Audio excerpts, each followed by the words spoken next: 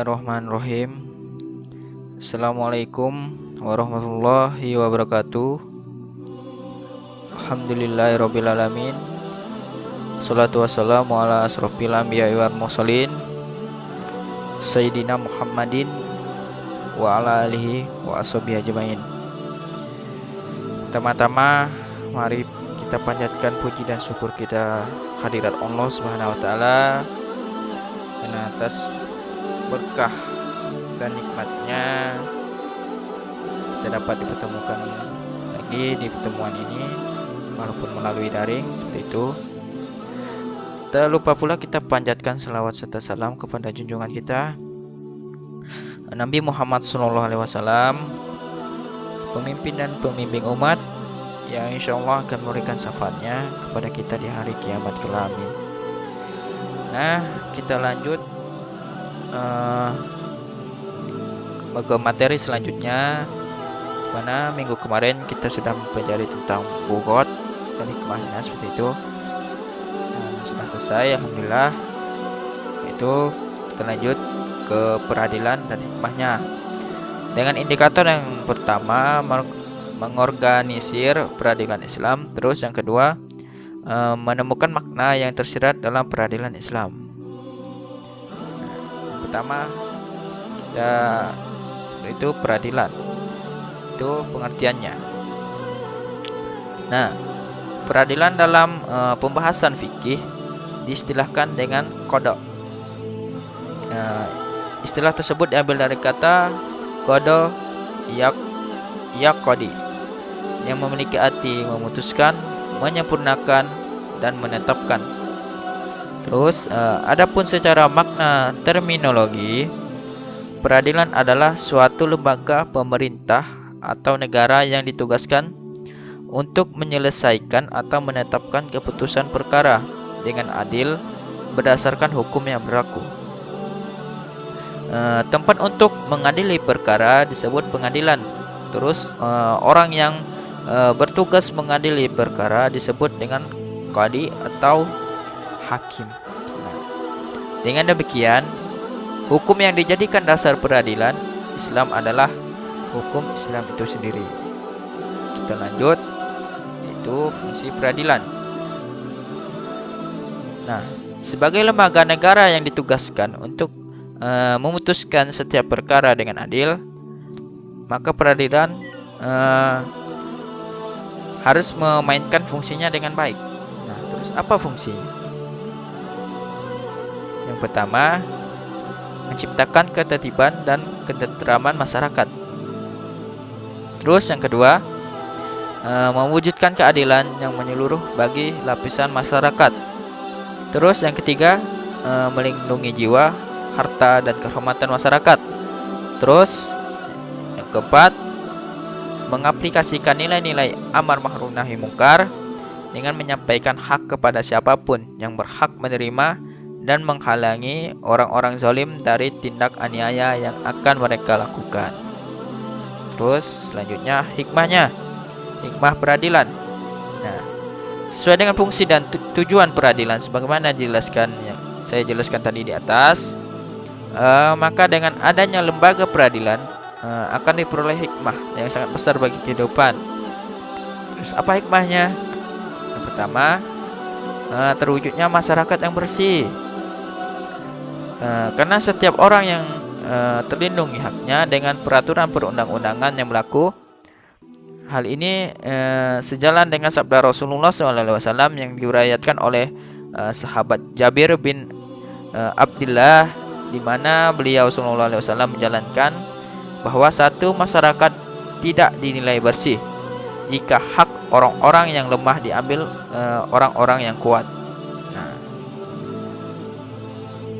terus yang kedua, terciptanya aparatur pemerintah yang bersih dan berwibawa, karena masyarakat telah menjelma menjadi masyarakat yang bersih. Terus terwujudnya keadilan bagi seluruh rakyat. Artinya setiap hak orang dihargai dan dilindungi. Nah, hal ini sama seperti firman Allah dalam Quran surah An-Nisa ayat 58 yang artinya Allah menyuruh kamu apabila kamu menetapkan hukum di antara manusia, hendaklah kamu menetapkan hukum itu dengan adil. Nah, terus yang keempat, terciptanya ketentraman, kedamaian, dan keamanan dalam masyarakat.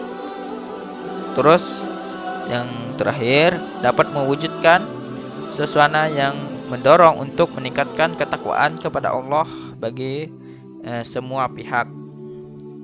Nah, hal ini juga sesuai dengan firman Allah dalam Quran surah Al-Maidah ayat 8 yang artinya, berlaku adillah kamu sekalian karena adil itu lebih dekat kepada takwa. Nah, seperti itu. Nah, kita lanjut yang kedua, itu hakim. Nah, apa itu hakim? Pengertian hakim. Hakim adalah orang yang diangkat pemerintah untuk menyelesaikan persengketaan dan memutuskan hukum suatu perkara dengan adil. Kita garis bawahi yaitu dengan adil. Dengan kata lain, hakim adalah orang yang bertugas untuk mengadili. Ia mempunyai kedudukan yang terhormat selama ia berlaku adil. Terkait dengan kedudukan hakim, Rasulullah SAW menjelaskan dalam salah satu sabda beliau yang diriwayatkan oleh Imam Al-Baihaqi, yang artinya, apabila hakim duduk di tempatnya sesuai dengan kedudukan hakim adil, maka dua malaikat membenarkan, menolong, dan menunjukkannya selama tidak menyeleweng. Nah, apabila menyeleweng, maka kedua malaikat akan meninggalkannya. Hadis riwayat Al-Baihaqi. Jadi, apabila hakim tadi duduk di tempatnya dan hakim itu adil, maka malaikat akan membantu hakim tersebut, seperti itu, membenarkan, menolong, dan menunjukkannya. Tapi apabila hakim itu tidak adil atau menyeleweng, maka kedua malaikat tadi meninggalkannya. Itu dari hadis Al-Baihaqi. Terus kita lanjut syarat-syarat hakim. Nah, sesuai dengan tugas yang diemban dan kedudukan seorang hakim yang amat mulia itu, maka syarat-syarat untuk menjadi hakim cukup berat. Mengapa demikian? Yaitu syarat-syaratnya yang pertama itu harus beragama Islam. Mengapa? Karena permasalahan yang terkait dengan hukum Islam tidak bisa dipasrahkan kepada hakim non muslim, seperti itu. Karena ini permasalahan tentang hukum Islam, peradilan Islam, seperti itu. Jadi tidak mungkin hakimnya harus non muslim, bukan agama Islam. Jadi hakimnya harus beragama Islam, seperti itu. Terus akil balik, sehingga bisa membedakan antara yang hak dan yang batil. Jadi hakim ini harus dewasa, akal pikirannya sehingga sudah dapat membedakan mana yang baik dan mana yang salah. Nah, terus sehat jasmani dan rohani. Jadi hakim harus sehat, tidak boleh sakit. Terus merdeka, bukan hamba sahaya. Karena hamba sahaya tidak mempunyai kekuasaan pada dirinya sendiri, apalagi terhadap orang lain. Jadi hakim ini bukan seorang budak. Terus berlaku adil sesuai dengan prinsip-prinsip keadilan dan kebenaran. Terus syarat hakim yang selanjutnya yaitu laki-laki. Nah, hal ini didasarkan pada firman Allah SWT dalam Quran surah An-Nisa ayat 34 yang artinya, kaum laki-laki adalah pemimpin bagi kaum perempuan. Nah, ini masih menjadi perdebatan dari para ulama. Nanti kita bahas di akhir. Terus memahami hukum dalam Al-Quran dan hadis. Selanjutnya memahami ijma ulama serta perbedaan pendapat tradisi umat. Terus memahami bahasa Arab dengan baik, karena berbagai perangkat yang dibutuhkan untuk memutuskan hukum mayoritas berbahasa Arab. Jadi hakim setidaknya dia harus memahami bahasa Arab dengan baik, karena ini peradilan Islam. Jadi dasar-dasar hukumnya itu sebagian besar dibutuhkan untuk memutuskan hukum itu harus berbahasa Arab, yang dengan banyak berbahasa Arab seperti itu. Terus mampu berijtihad dan menguasai metode ijtihad, karena tak diperbolehkan baginya taklid. Seorang hakim harus mendengarkan dengan baik, karena seorang yang tuli tidak bisa mendengarkan perkataan atau pengaduan dua belah pihak yang bersengketa. Ya, tidak mungkin seorang hakim itu tuli. Jadi hakim itu tidak dapat mendengarkan mana yang pendakwa, mana yang terdakwa, seperti itu. Terus seorang hakim harus dapat melihat, karena orang yang buta tidak bisa mendeteksi siapa yang mendakwa dan siapa yang terdakwa.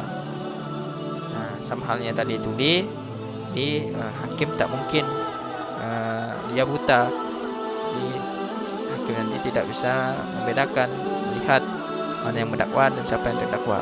Terus seorang hakim harus mengenal baca tulis. Nah, jadi hakim harus bisa membaca dan bisa menulis. Tidak mungkin seorang hakim itu buta huruf. Nah,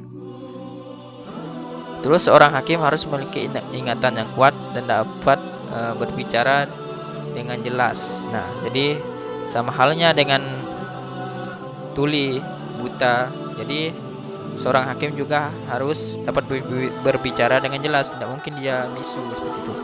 Jadi dia tidak bisa menyampaikan apa yang harus disampaikannya. Jadi orang tidak mengerti pendakwa dan terdakwa ini. Jadi dia harus berbicara dengan jelas. Terus selanjutnya yang ketiga yaitu macam-macam hakim dan konsekuensinya.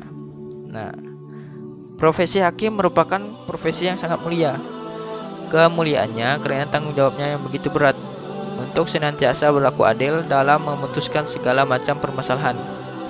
Ia tidak boleh memiliki tendensi kepada salah satu pendakwa atau terdakwa. Jika ia melakukan tindak kezaliman kala menetapkan perkara, maka ancaman hukuman neraka telah menantinya. Namun, sebagai seorang hakim, juga ia berusaha dengan sebaik-baiknya dan seadil-adilnya. Jikapun ia salah, ia mendapatkan satu pahala, dan jika benar tentu mendapatkan dua pahala. Nah, simpulannya, kompensasi yang akan didapatkan oleh seorang hakim yang adil adalah surga Allah dan martabat yang mulia. Sebaliknya, hakim yang zalim akan mendapatkan kesudahan yang buruk, di mana ia akan distatuskan sebagai penghuni neraka. Hal ini sebagaimana Rasulullah SAW sampaikan dalam sabda beliau yang diriwayatkan oleh Abu Hurairah, sebagaimana itu artinya dari bapaknya Abu Hashim dari Rasulullah SAW, ia bersabda, hakim ada 3 macam, 1 di surga dan 2 di neraka. Hakim yang mengetahui kebenaran dan menetapkan hukum berdasarkan kebenaran itu, maka ia masuk surga. Hakim yang mengetahui kebenaran dan menetapkan hukum bertentangan dengan kebenaran yang ia masuk neraka. Dan hakim yang menetapkan hukum dengan kebodohannya, maka ia masuk neraka. Hadis riwayat Ibnu Majah. Terus yang keempat, tata cara menentukan hukuman.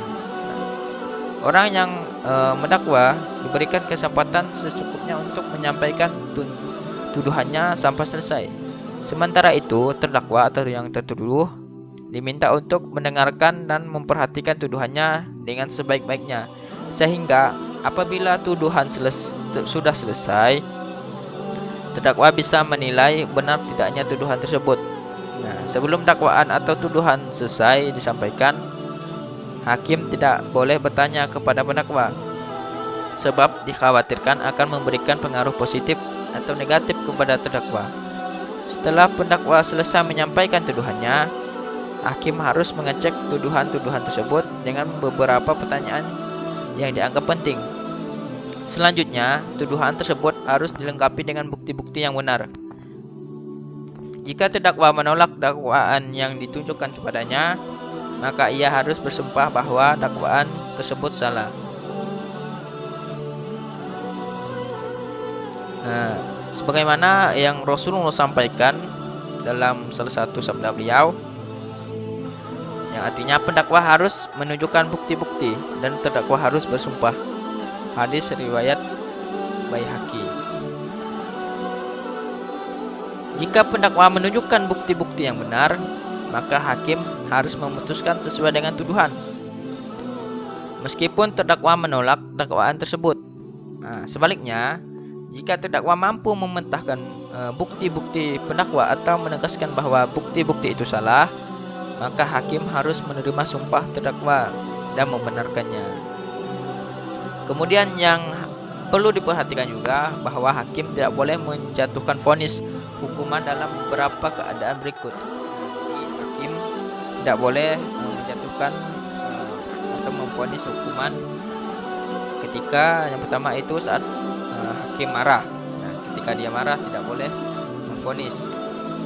Saat lapar, terus saat kondisi fisiknya tidak stabil karena banyak terjaga atau begadang jadi kurang tidur, terus saat sedih, saat gembira, saat sakit, terus saat ngantuk, saat sedang menolak keburukan dan yang tertimpa kepadanya, terus saat merasakan kondisi sangat panas atau sangat dingin. Nah, ini kedudukan hakim wanita. Mazhab Maliki, Syafi'i, dan Hambali tidak membolehkan pengangkatan hakim wanita, sedangkan Imam Hanafi membolehkan pengangkatan hakim wanita untuk menyelesaikan segala urusan, kecuali urusan had dan kisos. Bahkan Ibnu Jabir At-Tabari membolehkan pengangkatan hakim wanita untuk segala urusan, seperti halnya hakim pria. Menurut beliau, ketika wanita diperbolehkan memberikan fatwa dalam segala macam hal, maka ia juga mendapatkan keleluasan untuk menjadi hakim dan memutuskan perkara apapun. Oleh karena itu, hakim yang ada di Indonesia diperbolehkan bagi wanita. Nah, karena Indonesia ini bukan negara Islam, itu negara hukum, jadi sah-sah saja bila hakimnya seorang wanita seperti itu. Namun kembali tadi, menurut hukum Islam, jadi para ulama ada yang tidak memperbolehkan wanita menjadi hakim seperti itu. Bukan tanpa alasan yang seperti ini tadi. Karena hakim tidak boleh menjatuhkan vonis hukuman saat dia marah, saat dia lapar, seperti itu. Dan kita tahu, mohon maaf, wanita ini ada saat dimana fase yaitu sedang haid atau saat datang bulan, dan dimana dalam fase tersebut wanita itu kondisi emosinya tidak stabil. Jadi saat itu wanita mudah marah, mudah sedih, biasa sangat gembira seperti itu. Jadi itulah yang membuat para ulama tadi tidak mengharamkan seperti itu hakimnya seorang wanita. Namun ada yang membolehkan, tapi kecuali urusan had dan kisos itu Imam Hanafi. Nah, kembali lagi, karena Indonesia itu negara hukum, ya sah-sah saja jika hakimnya seorang wanita seperti itu. Oke, mungkin hanya ini yang dapat saya sampaikan. Kurang lebihnya saya mohon maaf. Jika dalam penyampaian saya kurang kena di hati atau kata-kata yang salah, saya mohon maaf. Billahi taufiq wal hidayah. Assalamualaikum warahmatullahi wabarakatuh.